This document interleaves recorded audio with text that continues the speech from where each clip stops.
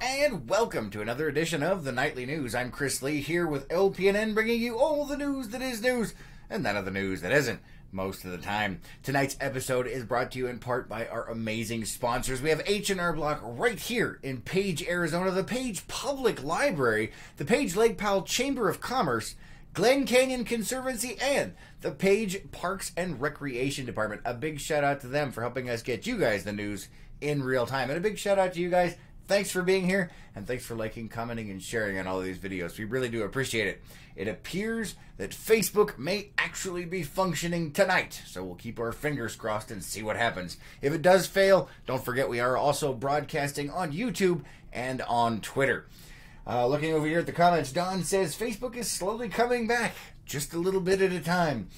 And Don is saying, Facebook was so messed up, my dragons on my Game of Thrones slots were even acting weird. Well, we're sorry to hear that, Don. And Anne's giving us the thumbs up. Good to see you. Thanks for being here, guys. Excuse me. Let's go ahead and jump right on into the news tonight.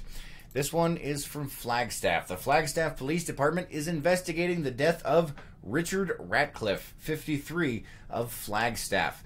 Mr. Ratcliffe was run over by a vehicle in the parking lot of Riliberto's Fresh Mexican Food Restaurant just after 12:30 a.m. Wednesday morning.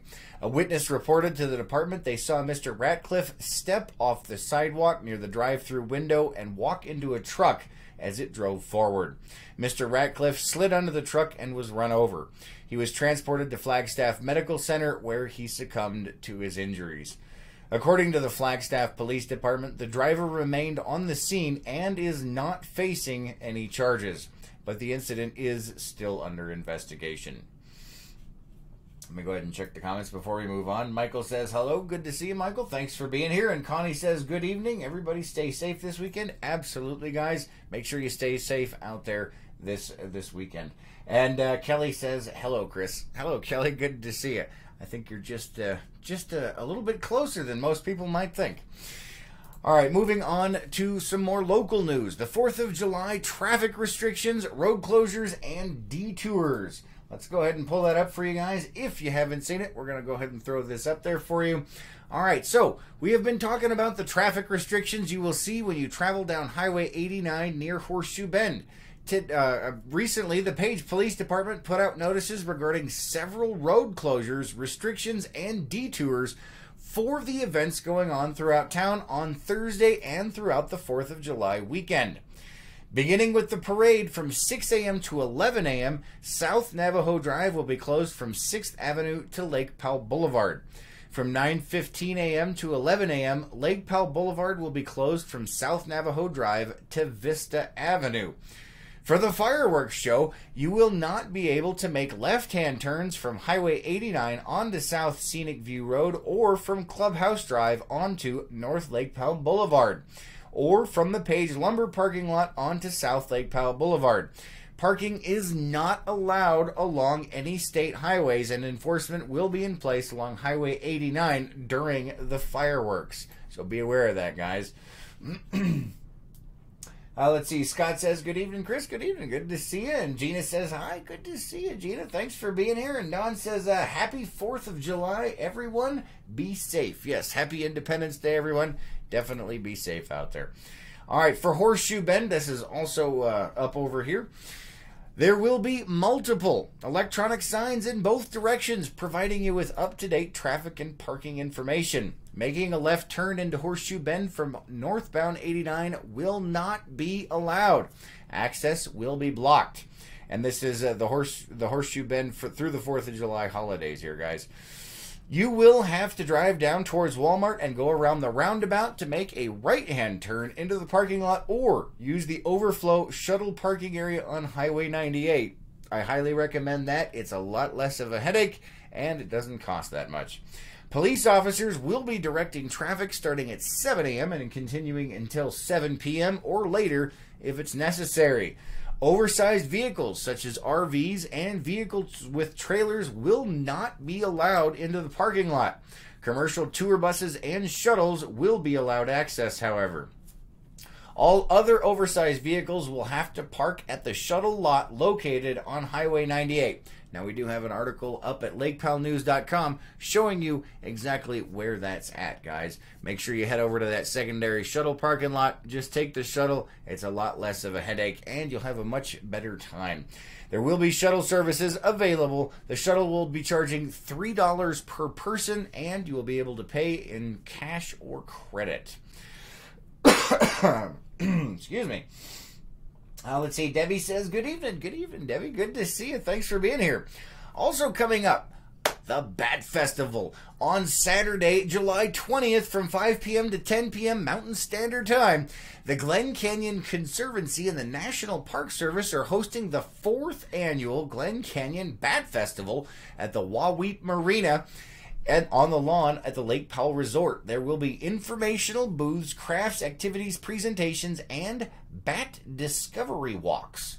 The festival highlights the role we can play in saving bat populations around the world and celebrates what bats give us, such as pest control, eating mosquitoes and other annoying bugs, pollination, and plant life through the movement of plant and flower seeds. I'm sure you can imagine how that happens. All right, let's see what else we have here. From the Powell Museum, guys, this is a big one here. Let me go ahead and move that back over since we're out of the traffic section, shall we? From the Powell Museum, we have some news on that for you. The flooding that happened earlier, we have a bit of an update. Restoration efforts are underway as staff works with contractors and insurance companies to ensure the museum is able to reopen this year. While it is imperative that the museum reopens this year, it is especially important to not only the Page Lake Powell area, but to the museum as well. This year marks the 150th anniversary of Major John Wesley Powell's 1869 expedition to explore the Colorado River, and it is the 50th anniversary of the museum's founding. Last month, the museum experienced flooding caused from a blockage in a nearby sewer main, which resulted in extensive damage to walls, thresholds, floors, and baseboards. The scope of the damage and the overall repair costs are currently being assessed.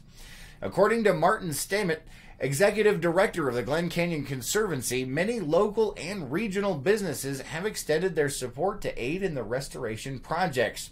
Actual restoration work is anticipated to begin within the next few weeks. In the meantime, the museum's flagship store, the Glen Canyon Conservancy, has extended their hours while the museum is undergoing repairs. The Conservancy is literally right next door to the museum. You just head right on over there, and they got all kinds of cool stuff. And those bats we were talking about, ask them about those as well. All right, moving on. Let's see. From Maricopa County, on Monday, July 1st, the Maricopa County Department of Public Health announced that diners who ate at the Genghis Grill restaurant at the Tempe Marketplace in the last few weeks may have been exposed to hepatitis A. In a news release, the department said, quote, although the risk of transmission to restaurant patrons is thought to be low, some restaurant patrons may have been exposed, end quote. The Maricopa County Department of Public Health has identified 10 days between May 30th and June 18th where patrons may have been exposed. Patrons who did not eat at the Genghis Grill at the Tempe Marketplace during these days were not exposed, according to the news release.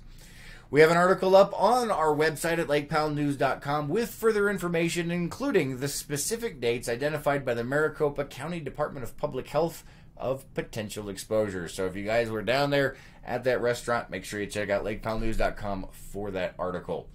All right, moving on to some world news. If you guys didn't notice from this morning, Facebook, Instagram, and WhatsApp users around the world have been reporting that the apps have not been working. According to Down Detector, a web service which provides real-time information of bugs and outages of online services, people around the world began reporting issues with the apps early this morning. A live outage map shows users throughout the U.S., Central and South America, Europe, Asia, and Australia are having issues with the apps. Issues began as early as 5 a.m. local time. Since then, Down Detector has reported over 7,500 Facebook outages, over 14,500 Instagram outages, and over 1,600 WhatsApp outages around the world. The cause of the outage is still unknown. A statement from Facebook, which owns Instagram and WhatsApp, was not available at the time we took down the news for you guys. All right, moving on to some other stuff. Don't forget, tomorrow is Independence Day, the 4th of July. Tomorrow is the 4th of July parade, and it begins at 10 a.m. Following the parade, the Chamber will announce the parade entry winners. Thank you to all who signed up to be a part of the parade and to be a vendor. According to Judy Franz, Executive Director of the Page Lake Powell Chamber of Commerce, this year is the largest 4th of July event they have seen. So good on you guys. Thanks for getting out there, signing up, and having a good time. Just be safe out there. During the parade, the women of NGS will be honored and will be in the Lake Powell cruiser cars.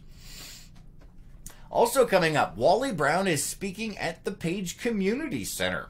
Guest speaker, Navajo historian, storyteller, medicine man, and one of the last remaining spiritual leaders of the Dene, Wally Brown will be speaking on July 8th from 6 p.m. to 7 p.m. at the Page Community Center. He will be discussing traditional Navajo beliefs about astronomy.